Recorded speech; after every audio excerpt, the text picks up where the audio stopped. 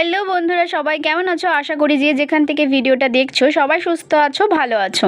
আমি অনেক ভালো আছি তোমাদের ভালোবাসায়। তো আমার আরেকটা নতুন ভিডিওতে তোমাদের অনেক অনেক ওয়েলকাম। সকাল থেকে সেরকম কোনো একটা ভিডিও করে উঠতে পারিনি। রান্নাবান্না করেছি, রান্নাবান্না সেরকম একটা কিছু করিনি, সিম্পলের মধ্যে করেছিলাম। তারপরে দেখো এখানে সমস্ত কিছু নিয়ে বসেছি। আজকে মেয়ের তেল একটা বানাবো, মাথার তেল। তো অনেক দিন ধরে ভাবছিলাম এই ঘরোয়া একটা তেল বানাবো, তো হয়ে উঠছিল না। তো এটা থাকে তো ওটা থাকে না, এটা পাই তো ওটা পাই না। আজকে তাও একটা জিনিস মিস হয়েছে, জবা ফুল, সেই জিনিসটা পাইনি। তো ঘরোয়া তেল বানানোর জন্য দেখতেই পাচ্ছ এখানে একটা নারকেল তেল নিয়েছি। তো এই নারকেল তেলটা এমনি মানে সেরকম আমি এটা ইউজ করতাম না মেয়ের মাথায়, তো এটা এর জন্য কিনে এনেছি বানানোর জন্য। তো দেখো 40 টাকা নিয়েছে এই কৌটোটা, এর সাথে একটা ছোট্ট একটা কৌটো ফ্রি দিয়েছে। তো এটা ভালো করে দুটো কৌটোই ভালো করে ঢেলে নিলাম তেলগুলো কড়াইয়ের মধ্যে। তারপরে ওখানে নিয়েছি পেঁয়াজ, নিম পাতা আর মেথি আর কালো জিরে।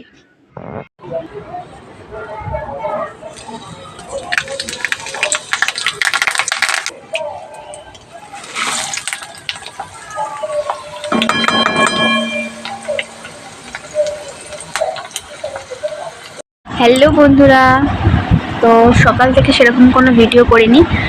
রান্না করেছিলাম আজকে টক ডাল আর হচ্ছে লতি চিংড়ি মাছ দিয়ে। তো সেগুলো তোমাদের সাথে শেয়ার করা হয়ে ওঠেনি। তো তেলটা বানিয়েছি সেটা তোমাদের সাথে শেয়ার করেছি। তেলটা কী কী দিয়ে বানিয়েছি তোমরা তো দেখতেই পেলে।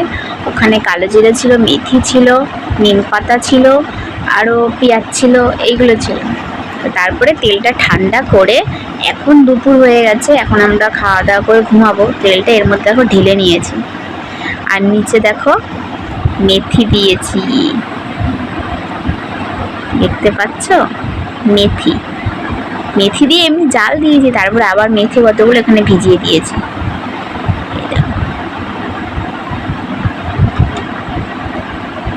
তো তেলটা তো মনে হচ্ছে ভালোই হবে, গন্ধটা একদম ভালো না।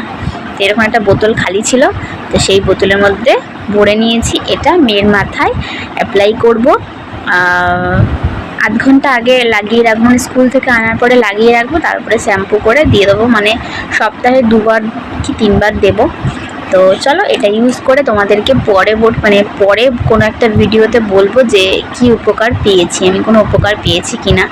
আমি দেখি ইউজ করতে পারি কিনা, আমারটা ঠিক বলতে পারছি না, কিন্তু মেয়ের জন্য মেন করা। তো মেয়েকে এটা ইউজ করবো মেয়ের মাথায়। তো চলো, বিকেলবেলা আবার আমাদের নিমন্ত্রণ আছে। মানে নিমন্ত্রণ বলতে হচ্ছে আজকে অমাবস্যা, কালী পুজো অনেক জায়গায় হবে। তো আমার একটা বান্ধবীর বাড়িতে নিমন্ত্রণ করেছে, আমার একটা পিসি বাড়িতেও করেছে, কিন্তু কোনো জায়গায় যাবো না বলছিলাম, একটু প্রবলেম আছে তো যাবো না। তো সেই জন্য মেয়ে আবার বায়না করছে, ওর বান্ধবীর বাড়িতে যেহেতু শুনেছে সব বান্ধবীরা যাবে শুনেছে, স্কুলে গিয়ে সেইরকম কথাবার্তা হয়েছে আর কি। আর ও শুনেছে, আর ওর বান্ধবীরা বলে যে কিরিপর না যাবি তো, সৌমিলার বাড়ির নিমন্ত্রণ আছে।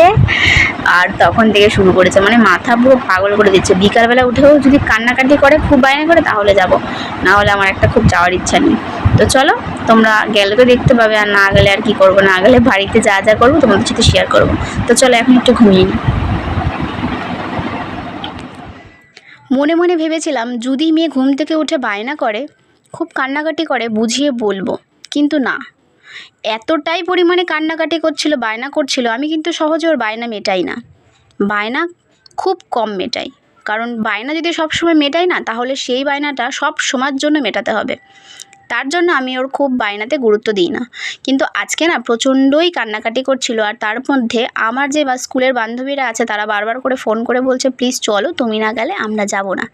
সেই জন্যই আর কি বাধ্য হয়ে আমাকে যেতে হচ্ছে। আর মেয়ে তো এদিকে খুবই খুশি, মেয়েকেও রেডি করিয়ে দিয়েছে। আমি একটা হালকা পাতলা শাড়ি পরে নিয়েছি, যেহেতু পুজো বাড়িতে যাব সেই জন্য।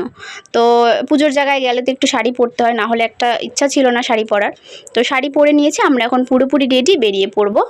এবার দেখো বেরিয়ে পড়েছে, মানে আমাদের বাড়ির পাশে এক বান্ধবী আছে, সে তার ছেলেকে নিয়ে যাচ্ছে, আমি আমার মেয়েকে নিয়ে। বেশি দূরে যেহেতু না, এই জন্য হেঁটে হেঁটেই বেরিয়ে পড়েছি, গাড়ি নিয়ে নিই। রাস্তার অবস্থা প্রচণ্ডই খারাপ আমাদের আশেপাশের রাস্তার।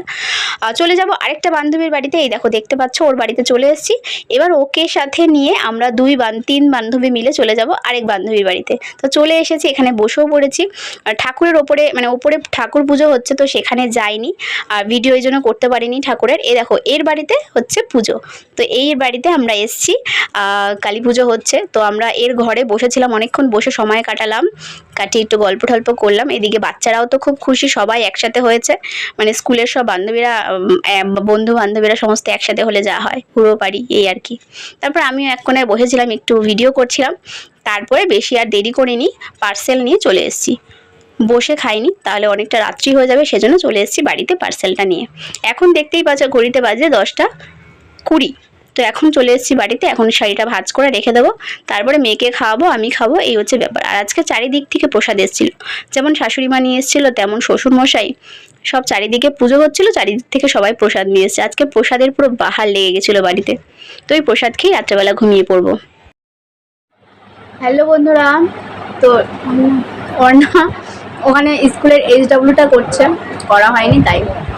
আর চলো, আমি এখন রাত্রেবেলা, এখন রাত্রে বাজে হচ্ছে 11:15, দেখতে পাচ্ছ ঘড়িটা, 11:15 বাজে। তো এখন আমি রাত্রে খাবার খাচ্ছি। রাতে দেখো কী আছে মেনুতে, ফ্রাইড রাইস, পোলাও, এদিকে লুচি, মানে লুচিটা বাড়িতে করা হয়েছে, আর এই যে ফ্রাইড রাইস, পোলাও, এগুলো হচ্ছে প্রসাদ। তো নানান জায়গা থেকে বাবু এনেছে, মা এনেছে, আমি এনেছি। তো ওখানে খাওয়া দাওয়া করিনি, পার্সেল নিয়ে চলে এসেছি। তো আজকের মতন টাটা, গুড নাইট, সবাই ভালো থেকো, সুস্থ থেকো, বাই বাই।